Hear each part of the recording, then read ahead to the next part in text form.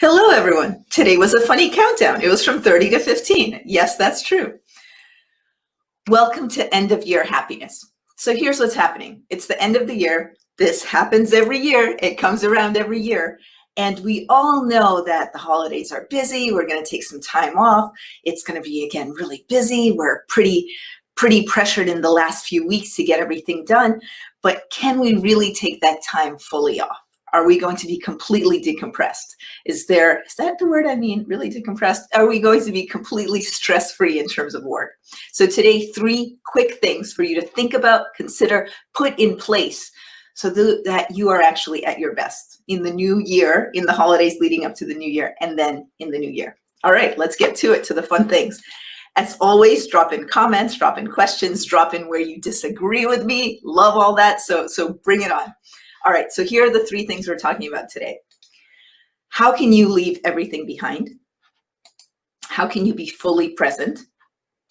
And how can you do new things? Now, I'll explain this one a little bit. Most of us are going to be spending the holidays by ourselves without travel as we might have done in previous times.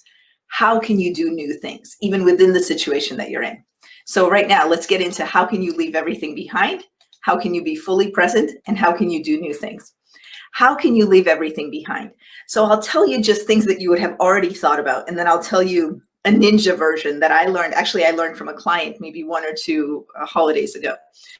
The regular version is you will likely put in, and you should, and I will, an out of office auto reply that I'm out from this date to this date. There might be information in there on whom to reach out to in place of you and when you will be back. Now, the ninja version of all this, I think this is so cool. And this has been going around the web for a little while, is to put into your out of office auto reply, I'm out. I'll just choose a couple of dates from December 23rd to December 29th. I'm out from this date to this date.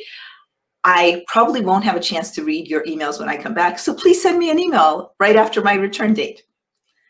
It's a little weird. I'm telling you, this is really the ninja version. I don't know if I've done this before, but I'm willing to try it out this holiday season. What's the difference? The difference is you're kind of saying, hey, I'm going to take a permanent break. I'm actually off on those days.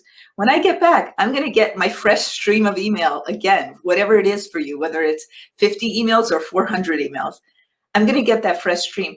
Come and be in my new fresh stream. It's going to be hard to go back to the emails that I wasn't paying attention to over the holidays because I'm actually off. I'm telling you, it's the ninja version, but I invite you there. So how can you leave everything behind? That's the first question. The second question is, how can you be fully present?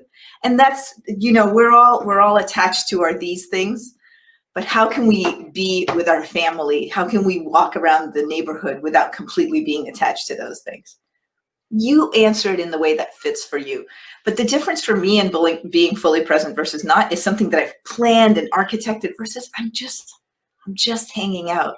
And I wish you more of these just hanging out moments, because what we've seen in so many articles over the past year is the more that we don't plan and the more our times off, like the weekend, and the more we're relaxed, the more it actually settles in and gives us the energy to recharge.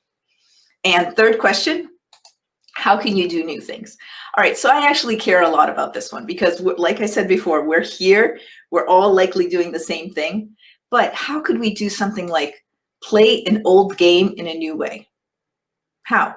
For example, the games at our house are Ticket to Ride, Blocus. If anybody at the house will play Blocus with me, I'm so thrilled and happy. My favorite game ever.